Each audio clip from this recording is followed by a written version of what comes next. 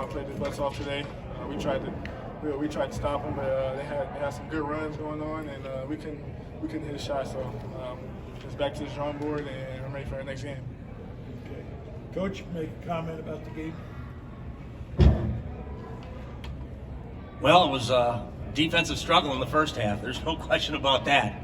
I think it was 22-15, and we gave them the only separation we gave them is we missed 3 1-and-1s at 7, 8, and 9. Nate missed 3 1-and-1s in a row, and they hit a basket at the end of the half and kind of created a little lead, but try to encourage the team. I mean, it's a 6-7 point game at halftime. That's nothing in college basketball.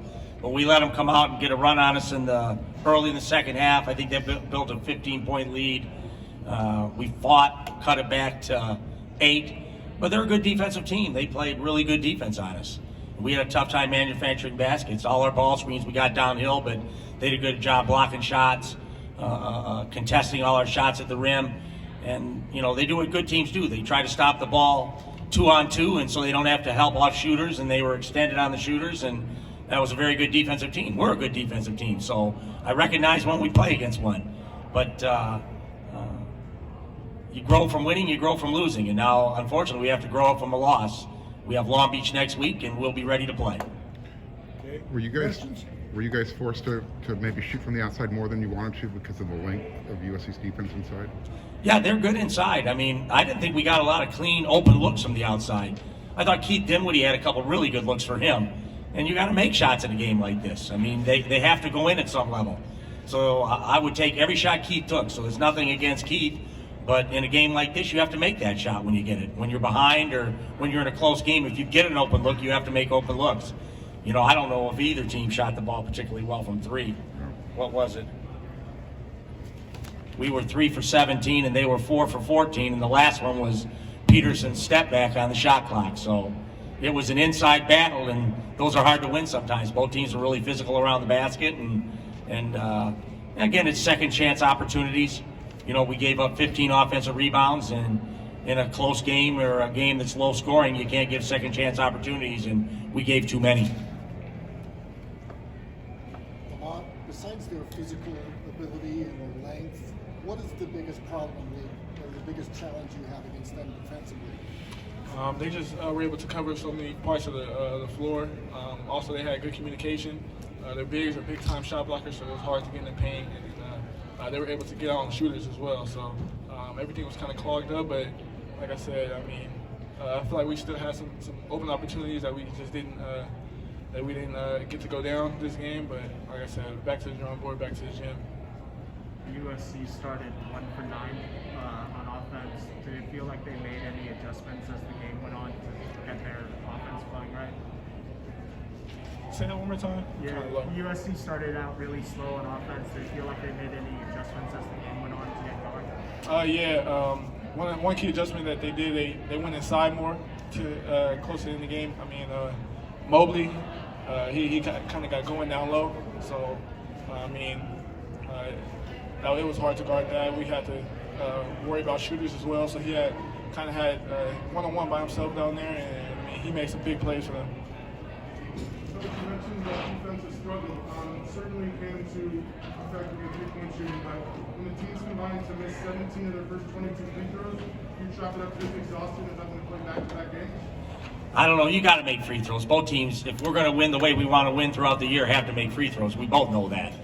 So if anything they're going to take away, they're going to say we have to be better from the line, and I would say the same thing.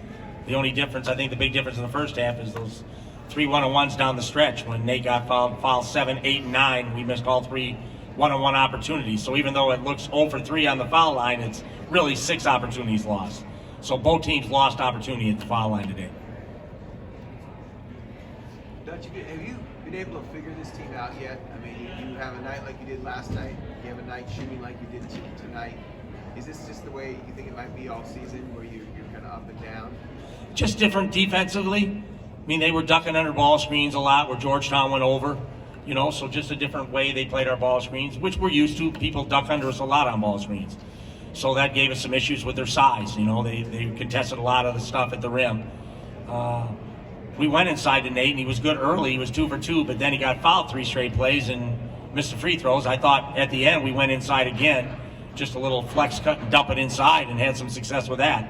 So we trying to find something that worked. Obviously, ball screens weren't the answer tonight, and like most college basketball teams, we set a lot of ball screens. Every team does, and we didn't have a lot of success. Lamont did. Second half, he just made his mind up. He was going to force his game down low. He's going to attack the basket, and he played a really solid second half. After I think going 0 for 7 the first half, he came in and really held us in the game. Now, what do you think they did defensively to stop Matt Bradley? Yeah, they just kept length on Matt, and Matt had a couple opportunities, I thought, maybe just to catch and raise up and shoot it, that he turned down, and he went to the rhythm dribble to try to get his space to shoot, and then they always have length on him, so it was hard to do. So he's like all offensive players. If you see the first one go in, then second one goes in and you get going. But if you miss 3 or 4, you get out of rhythm, and then you're fighting yourself trying to find a way to get a basket, and you have to score at some level for the team to have success, and he just struggled today. So I don't think it's going to be anything that's going to be enduring or season long. I think he's a terrific scorer like he showed yesterday. So he's got to get back into rhythm like all good players do, get in the gym, get his confidence going again, and raise up and knock shots down when he gets them. Your non-conference schedule is filled with lots of really good teams, and there's some other ones that are a little bit lower down. You haven't suffered a bad loss yet. Do you think you have a good win yet, or do you think you need in these next few weeks to get a quality NCAA tournament type win? Yeah, who knows what a good win is this time of the year. There's all expectations and rankings and where everybody's going to finish, and then 2 months from now, you're playing a team that you thought was good, and they're in last place. You beat a team you thought was, we should have won that game, and they win their conference. So right now, you could shake them all up, and we won't know if it's a good win, bad loss, or in between until the end of the year. Okay. Any other answers for the offensive boards? We were working on boxing out. That's what we have to do. I mean, the free throws are a little bit disappointing. I mean, you're only good at what you work on. And so we spent some time on free throw box out, so we'll continue to try to spend more time on it. And there's only so much, time and practice that you can devote to one thing or another. But if we continue to give up free throw second chance opportunities, then we may have to spend a whole practice on it.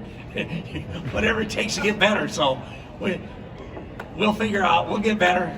I got a good group. They played hard. I thought the last minute and a half, we finally fatigued, gave in, gave them a layup or two that we probably, in a normal course of a game, would have run down, maybe try to block it or something. But it was just, at that point, the game was kind of over at that point. We kind of gave in a little bit and got sloppy.